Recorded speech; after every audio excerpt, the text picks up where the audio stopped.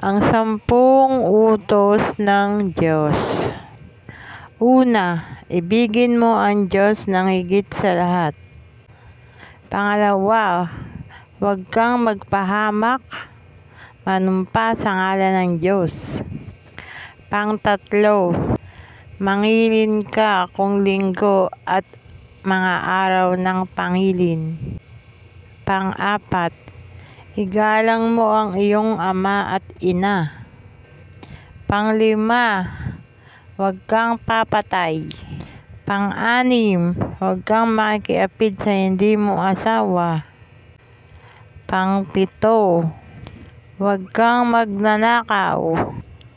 Pang-8, huwag kang mambibintang at maninirang puri. At huwag kang magsisinungaling. Huwag kang magnasa sa hindi mo asawa. Pang-10, huwag mong pagdasalang di mo pag-aari.